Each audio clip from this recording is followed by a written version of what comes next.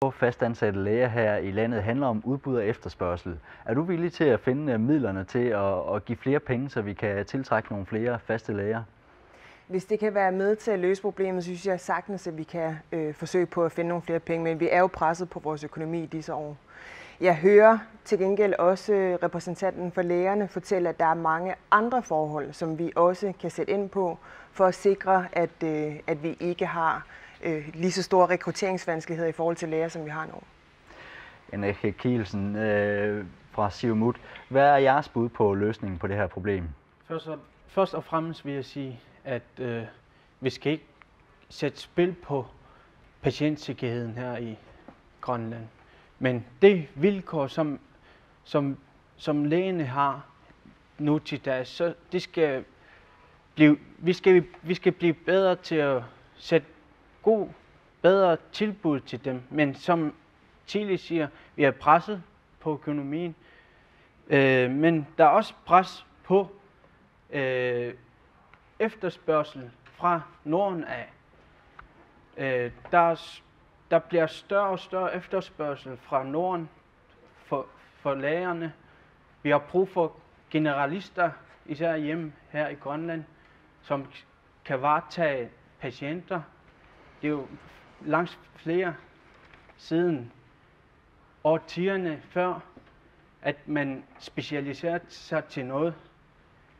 Men bedre vilkår, ikke kun løn, men bedre vilkår til at udvikle sine kompetencer inden for sundhedsvæsenet og andre ting, som spiller ind her. Agathe Fontane fra Inuit Ataqatigiit. Hvad er jeres bud? Vi hører her, der er øget specialisering blandt lægerne. Norden konkurrerer også omkring dem. De mangler dem også. De betaler en højere løn. Hvad er jeres bud på en løsning? Altså, vi synes, vi skal erkende, at vi er konkurrence med de nordiske landes læger. Og det er vi nødt til at se på lønnen. Og vi er godt klar over, at hvis vi giver bedre løn, end vi gør, så får vi dem ikke. Det kan vi lige så godt indrømme. Og så jeg synes i hvert fald, jeg hører de sidste aftaler, der er indgået, man råber ikke hurra. Man er ikke særligt tilfreds med selve aftalen, og der er flere ting, der spiller ind. Også lønnen skal kunne konkurrere med de andre lande. Også pension, som blev nævnt. Det skal også kunne være med til aftalerne. Så selvom man siger, at lønnen ikke er det vigtigste, men det er det væsentligste, en af det vigtigste. Altså så kan man ud over lønnen, så snakker vi om børnepasning, skole og fritidsinteresser og antal af vagter. Og lønnen er meget væsentlig. Men hvor skal pengene komme fra? Altså vi bruger jo mange penge på vikarer. Det giver mere sundhed. Vi får mere sundhed for pengene, i stedet for at udbetale løn til en vikar, og så give højere løn til lægerne og de andre. Hvad siger du, Per Rosing Petersen fra Partiinanak? Jeg er fuldstændig enig. Altså, jeg synes, den her situation, den her status quo, vi har her med hensyn til lægemangel og sygeplejemangel, er så alvorlig, at vi bliver nødt til at tænke os ud af boksen. Vi bliver nødt til at høre på nogen, alle sammen arbejder sammen på at få et løsning på det her. Ikke her til næste år eller et eller andet. Altså, vi bliver nødt til at sætte os sammen, og jeg foreslog her under den grønlandske debat, at vi burde her i den her gruppe sætte os ned og så tale med sygeplejerforeningen og lægeforeningen omkring, hvordan og hvorledes, og lave et eller andet let of intent, om det er lønnen eller om det er nogle andre forhold. Altså, immer væk taler om godt og vel 50 nominerede stillinger, og det ud af dem er der 20-30, vi mangler her i Grønland, hvor der er vikarer på. Vikarer er jo en enormt dyr løsning. Det er faktisk dyrere, end hvis vi arbejder på at få nogle stabile, faste stillinger. En vikar koster måske dobbelt så meget som en fast læge. Udover det er der omkostninger i evakueringer, som gør, altså en vikar, når en vikar kommer til en by som i Tlaqortoq for eksempel, ikke? Han eller hun sender flere evakueringer til Nuuk, end en fast læge vil have gjort. Så der er en masse besparelser, der ligger i det her. Så det der med, at du øger lønforholdene for en fast læge i Grønland, kan du sagtens hente ved de besparelser, du har ved alle de omkostninger, du har ved at have den der levevikarordning. Sten Lynge, den vil jeg lige bringe over til dig. Du står jo som underskriver på sundhedsstrategien, som tidligere naalakkersuisoq for sundhed. I den strategi der står der også, at sundhedsvæsenet skal fungere inden for de rammer, økonomiske rammer, vel at mærke, som man har i dag. Nu hører vi godt nok, at man i fremtiden måske kan spare penge på vikarer, men umiddelbart, når man giver flere penge til nogle fagbruger, så koster det nogle penge. Hvad siger du til det her? Ja, må jeg ikke lige først starte med at sige, at helt tilbage i 2010, der var der en rapport, der klart og tydeligt sagde, at sundhedsområdet fremadrettet vil mangle 20-30 millioner om året. Det vil sige, det var en udgiftsstigning for hvert år på 20-30 millioner, og det handler om politisk vilje. I forhold til lønninger, der har man fra Inatsisartuts side negligeret området, fordi hvis du kigger på det overenskomster, der nu engang er indgået her i december sidste år, der er gabet mellem lægelønnen eller sundhedspersonale heroppe og i forhold til andre nordiske lande, den bliver større og større for hvert år, der går. Købekraften for de lønninger, man giver, den bliver mindre, fordi der sker inflation samtidig. Så når det er sagt, så er det vigtigt, at man kigger på den viden, man allerede har. Det er ikke nok med, at vi skal sætte os ned omkring et bord i dag. Vi har den viden. Det handler om politisk vilje, og området, sundhedsvæsenet og sundhedsområdet har altid stået som en af de vigtigste punkter for partiet Atassut. Og derfor har vi også kæmpet hvert år om, at man skal forholde sig realistisk til den rapport fra 2010, der siger, for hvert år, der går, der mangler sundhedsvæsenet 20-30 millioner. Og det er det, vi skal forholde os til at erkende, at sådan forholder det sig. Men hvornår ser vi så et forslag fra Atassut om, hvordan pengene skal findes, og der skal gives flere penge til lægerne? Det vi gør, det er, at for hver finanslovsforhandlinger, der bringer vi det her op i spil og siger, vi skal kigge på den her rapport, fordi udfordringerne bliver ikke mindre, det bliver større for hvert år, vi ikke gør noget.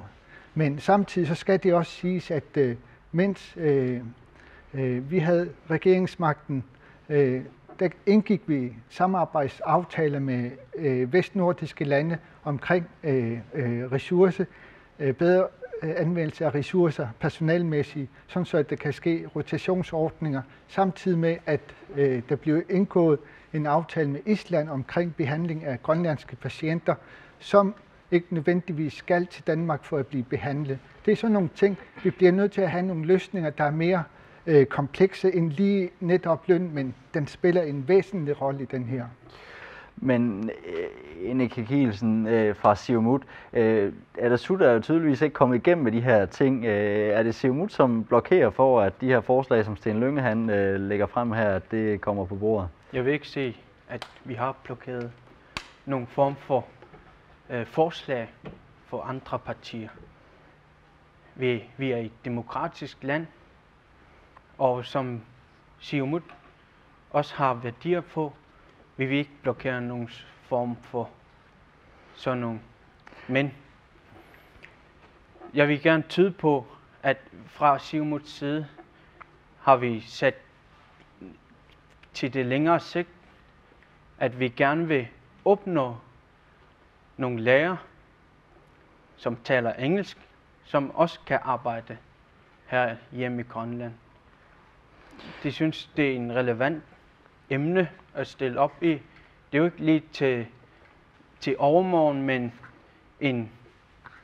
en fremtidig udkig tror vi på, at det er en realistisk at snakke om det, som andre har også sagt. Lad os lige sætte den over til dig, Nikolaj Hardenberg Larsen.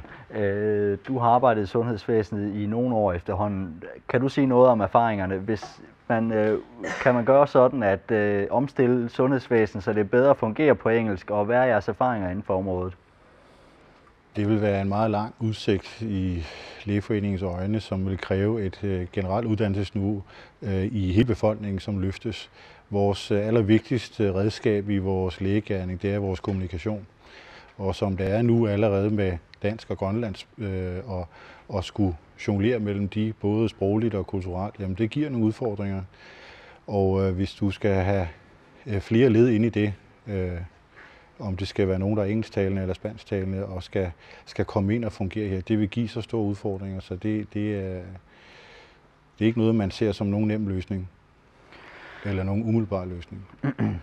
Per Rosing Petersen, vi hørte tidligere, at det handler om at ansætte hele lægens familie. Kan du give et bud på, hvordan at man kan gøre det lettere for personerne? Vi har brug for dem, de skal have en plads i daginstitutionen osv. Kan du give et bud på, hvordan man kunne forbedre de vilkår? Altså, vi taler jo ikke om flere hundrede mennesker. Vi taler om, udover dem, der allerede er fastsat nu, måske 20-30 personer, vi taler om. Ikke? Der måske har, nogen måske har en mand eller en hustru, som også er læge. Så vi taler formentlig om 20-30 stillinger, som skal besættes andre steder i samfundet, og måske nogle børnehavepladser, et par ekstra i hver by måske. Altså det er ikke noget, der står bunden af budgetterne, så det er ikke noget, som jeg mener umiddelbart er en kæmpe hindring og en kæmpe udfordring. Det er nogle ting, der skal klares. Altså de primære i det her, det er jo patientens ve og vel. Det er helbred, vi taler om. Og hvis det er sådan, jeg synes, hvis det er sådan, det er nogle hindringer, som skal diskuteres, skal afklares, så synes jeg, at vi skal sætte os ned og tale med lægeforeninger og sygeplejerforeninger, og så få det her løst på en ordentlig måde, så vi kan komme videre og få løst det der hængeparti, vi har haft i flere årtier efterhånden. Agathe Fontaine. Altså, jeg vil lige gerne sige, at det Sten her siger med økonomisk situation, det er meget rigtigt, fordi hvert år, man starter med at skulle finde 20 millioner. Man starter 1. januar og skulle til at finde besparelser til resten af året, fordi man ikke har fået flere penge fra finansloven. Den rapport fortæller nemlig, at sundhedsvæsenet har brug for ekstra penge, fordi selvom man har sagt, at man kan effektivisere for 70 millioner dengang, men det betyder jo ikke, at man får ekstra penge ved det. Man kan godt effektivisere, men alligevel mangler sundhedsvæsenet de ekstra penge. Og det fik de jo ikke under finansloven. I finansloven, der blev det bare for eksempel elektronisk patientjournal, som er så vigtigt. De skulle have haft ekstra nye penge til sundhedsvæsenet. I stedet for, at de fik ekstra penge til sundhedsvæsenet, til ekstra patientjournalen, så bliver der jongleret mellem hovedkontorerne, hvor man flytter rundt på, hvor man tager penge fra andre kontorer inden for sundhedsvæsenet. Og det er jo sådan, man går der og mangler til fornyelser og til forbedringer, mangler man penge hele tiden. Og det skal man være klar over, hver gang man skal godkende finanslov. Tilly Martinussen, der jongleres rundt med pengene. Sundhedsvæsenet har simpelthen brug for flere midler. Hvad siger du til det? Men jeg siger, så skal vi jo også kigge i vores egen barm, fordi det er jo også Inatsisartut, der fremsætter en hel masse udgiftskrævende forslag på de her samlinger her. Og noget så vigtigt som vores sundhedsvæsen skal have tilført flere penge. Vi er også nødt til at kigge på at effektivisere. Men jeg tror også meget af det, noget af det jeg hørte her tidligere, da vi var backstage, det var blandt andet også, at jeg kunne forstå noget nyere udstyr på nogle områder måske også ville kunne hjælpe. Og også vores befolkning kan også være med til at støtte op omkring den her rekrutteringsproblematik, fordi der findes læger, både nyuddannede under uddannelse og nogen, som er færdiguddannede, som ville synes, det var interessant at bo i Grønland. Hvis vi har en befolkning, som så også tager varmt imod dem, uanset om det er i en bygd, eller om det er nogle af de større byer, og integrerer dem, hjælper os med at integrere dem i samfundet, så får vi et bedre sammenhængende sundhedssystem. Samtidig med det, så vil jeg også sige på nogle af de områder, hvor vi kan udnytte bedre vores kompetencer. Det er for eksempel, at vi får nogle elektroniske systemer, som vi kan sammenkøre. Vi kan bruge Bibaluk for eksempel, som er blevet oprettet nu i højere grad. Og så er vi også nødt til at være meget påpasselige med, hvor mange patienter vi er nødt til at evakuere og sende til udlandet. Og som der var nogen her tidligere, der sagde, jamen så er vi jo nødt til at sikre, at vi også har noget fast personale. Ofte så er det jo socioassistenterne og sygeplejerskerne, som er det faste personale, så dem skal vi altså også passe på. Jeg hørte tidligere, at der var en stressproblematik, og det er jo noget, hvor jeg tænker supervision, bedre fritidsforhold, færre arbejdstimer, og et mere fleksibelt system, der er indrettet anderledes, måske vil kunne hjælpe noget på, indtil vi på længere sigt får uddannet flere af vores egne inden for de her fag her. Vi er nødt til at erkende, at vi altid vil skulle bruge tilkaldt arbejdskraft på det her område her, og vi er simpelthen nødt til at passe på vores personale heroppe. Hvad siger du, Sten Lyng? Jamen, jeg vil lige gerne præcisere, at dengang vi havde ansvaret og startede i 13, der var vi meget fokuseret på i forhold til økonomi. Og første gang i 8-9 år, der var der overskud i 2014. Det vil sige, at med det tiltag, vi havde iværksat, der kunne man spare sig frem til en masse gode ting. Det er at bruge midlerne ordentligt, men jeg synes, at det er vigtigt at være politisk opmærksom på den løndel, der er. Det kan du ikke tage fra den eksisterende bevillingsramme. Der bliver du nødt til politisk komme ind og sige, at vi bliver nødt til at afsætte nogle midler der. Men det er ikke kun der, problemet ligger. Basismodtageapparatet, det er skoler, det er børneinstitutioner, kvaliteten af dem, det skal være bedre end det er i dag. Fordi børnefamilier, der kommer herop, er tvunget til at bruge det her institutioner, mens en familie med teenager, der er på vej ud af folkeskolen, de bare kan tage et ophold i Danmark i gymnasiet og alt det her. Det er basisbehovene, vi skal have dækket, og det er der, at DESFUT altid har haft et stærk politik på området, hvor vi har sagt, at det er basis, vi skal have orden på. Alle de store creme-ting, det skal vi vente lidt med. Tak skal du have. En ting er skiftende personale på regionssygehusene, noget helt andet er, hvordan det står til ude i de mindre byer og i bygderne. Lad os lige høre, hvad formanden for KNUP siger til det. Vi vil også, der er nogle bygder, som desværre ikke kan bruge Bibeluk, fordi de nye ansatte, de har behov for et dygtiggørelse for at kunne håndtere det der computer. Det er ligesom, at man kan udsætte et lægebesøg, fordi systemet den er ude i træf, eller at vedrørende, som arbejder i den lille konsultation i bygderne, ikke kan håndtere computeren, så det kan være ulempen. Enika Kielsen fra Siumut. Vi hører her, at det har nogle konkrete konsekvenser for bygdebeboerne, når personalet derude skiftes og ikke er uddannet til at bruge det udstyr, der skal sikre, at der er adgang til sundhedsvæsenet derude. Hvilke løsninger ser du i forhold til at skabe en mere lige adgang til sundhedsvæsenet? Først skal vi prøve at holde personalet. Sørg for, at det bliver i bygden, hvor de har et godt liv. Men vi skal også være bedre til at være sat nogle vilkår, som Sten kalder basisvilkår, ud i bygderne. Det bliver svært fra min side at sige, hvordan man personalet skal prøve at holdes der, hvor den er, med de basis, hvor de har brug for. Per Rosen Petersen. Uanset om hvem der har siddet i koalitioner, hvem der har været medlemmer, der kan søge så eller ej, altså status quo er, at vi er, altså der er bygderne i allerhøjeste grad dem, der er gidsel i det her spil. Jeg synes, den her brandslukning, altså vi er i gang med brandslukning, vi laver ikke andet end brandslukning, og det er selvfølgelig ekstremt dyrt. Og for at komme ud af den her situation, hvor vi kan begynde at tale om forebyggelse, så bliver vi nødt til at tænke os ud af boksen. Og det er det, vi mangler her.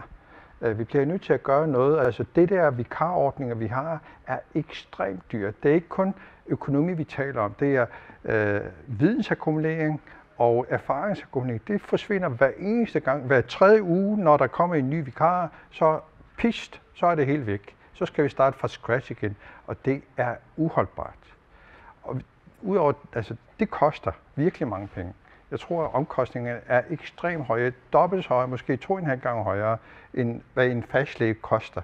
Så det med, at hvis det er sådan, at man sætter lønnen højere op for den faste læge, eksempelvis 20%, det kan være andre procentsatser, vi taler om, men i hvert fald sådan, så det er mærkbart, så er jeg helt sikker på, at du kan hente de omkostninger, du har brugt på vikarstillinger, og på den måde lave en neutral omkostning, på det, eller måske endda spare på det, fordi du kommer til at bruge mindre penge på vikarer.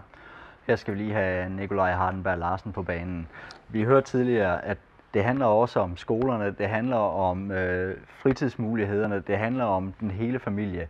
Er det overhovedet realistisk at trække lærerne ud til de mindre steder efter de mening og fast bo der? Det bliver nok en stor udfordring. Altså, læger i dag er forholdsvis moderne mennesker, som har en palette af behov, de gerne vil have stillet, og de vil også gerne have adgang til det moderne livs bekvemmeligheder. Og for mange af dem kunne det måske være interessant at komme ud i perioder eller i overgange, og der kunne man måske finde nogle ordninger, hvor man kunne komme ud og løse en opgave kortvarigt for at komme tilbage. Den eksisterer sådan set allerede på lægeklinikken, ved at vi bruger noget af vores personale til at dække den manglende lægebemanding i bagmiljøet for eksempel. Men det er en udfordring. Jeg vil også sige, at jeg synes, det er positivt at høre den velvillighed, der er her til at investere i sundhedsvæsenets fremtid, og jeg håber, at den politiske bevidsthed og hukommelse, den hænger ved. Agathe Fontaine. Når vi snakker om bygderne, så er det meget vigtigt, at bygdepersonale de får den uddannelse. Vi fik startet selve uddannelsen til bygdepersonale i vores tid, da den var ellers lukket. Og det er meget vigtigt, og det er også inden for den uddannelse, der skal de jo også lære at betjene Bibaluk. Det er heller ikke alene dem, der skal betjene, det er så også en modtager, være til stede, en læge, der skal kunne betjene Bibaluk. Altså den evaluering, der har været med Bibaluk, den fortæller i hvert fald, at bygderne, når de fungerer, så er det rigtig glad for den. Men det er jo vist forskellige ting, der skal være i orden, for at de skal være, at lægen skal være klar til at modtage. De skal, altså den tid, de også bruger, skal også dækkes på en anden måde. Men vi er nødt til at erkende, at Bibaluk er en rigtig godt apparat at bruge her i Grønland. Altså for eksempel Nord-Norge, det bruger det meget flittigt. Og vi er nødt til at bruge det, også på grund af mangel på specialister, mangel på almindelæger. Så det er fremtiden, så vi er nødt til at udvikle, og så komme ud af de problematikker, der er med hensyn til, som vises fra evaluering af, hvordan man bruger det. Tilly Martinussen, kan teknikken løse problemerne her? Nej, det kan det ikke, og det kan det heller ikke i resten af verden, men det kan afhjælpe rigtig, rigtig mange af de lavpraktiske problemer, vi har. Og når vi ikke har flere penge, end vi har, og vi er nødt til at sætte nogle lønninger op, formentlig på sigt, som en del af incitamentet, så er vi også nødt til at sikre os, at når vi rekrutterer mennesker i udlandet, læger, sygeplejersker, at det er de rigtige folk, vi får herop. Vi er nødt til at sikre fra politisk hold og fra ansættelsesmyndigheden af, at de får et ordentligt introduktionsforløb, og at vi matcher folk, som kunne tænke sig at være lidt pionerer og arbejde på en helt anderledes måde. Fordi man glemmer også ofte at fortælle, at man får jo nogle helt andre handlemuligheder som læge heroppe, og du lærer enormt meget ved at arbejde i befolkningen heroppe. Og så tror jeg altså også, at det er på tide efterhånden, at vi ryster posen. Vi har, som Sten og Agathe har sagt, allerede haft mange rapporter og kommissorier. Nu tror jeg, det er på tide, at vi nedsætter en arbejdsgruppe, dels med fagfolk og dels fra politisk hold, til at se, hvad for nogle områder kan vi løse på kortere sigt. Kan vi nytænke i forhold til at ansætte noget personale, der skal hjælpe med det elektroniske for eksempel, med journalisering. De lavpraktiske ting, hørte jeg, fyldte enormt meget. De der forhindringer, som vi kan rydde af vejen uden brug af specialiseret personale, det skal vi jo selvfølgelig gøre alt, hvad vi overhovedet kan. Tak. Sten Lynge, en kort replik. Ja, jeg vil bare gerne sige, at det der lavpraktiske, som det bliver kaldt for, det er meget vigtigt for vores sundhedsvæsen, fordi der skal være en løbende uddannelse af folk, der har med det at gøre i bygderne. Der sker urbanisering, det vil sige, at folk, når de bliver uddannet, så flytter det til byen. Og det er en erkendelse, vi skal igennem, og så forholde os til den ved at sige, at vi skal organisere uddannelserne bedre. Men det her problem kan Grønland alene ikke løse. Vi skal samarbejde med nordiske lande omkring det her, for at få en rotationsorden, der gør, at det er interessant som læge at komme lidt rundt og uddanne sig den vej også. Det blev det sidste ord i aften. Tusind tak til gæsterne. Roulade er slut i denne omgang. Programmet er tilbage torsdag den 28. april.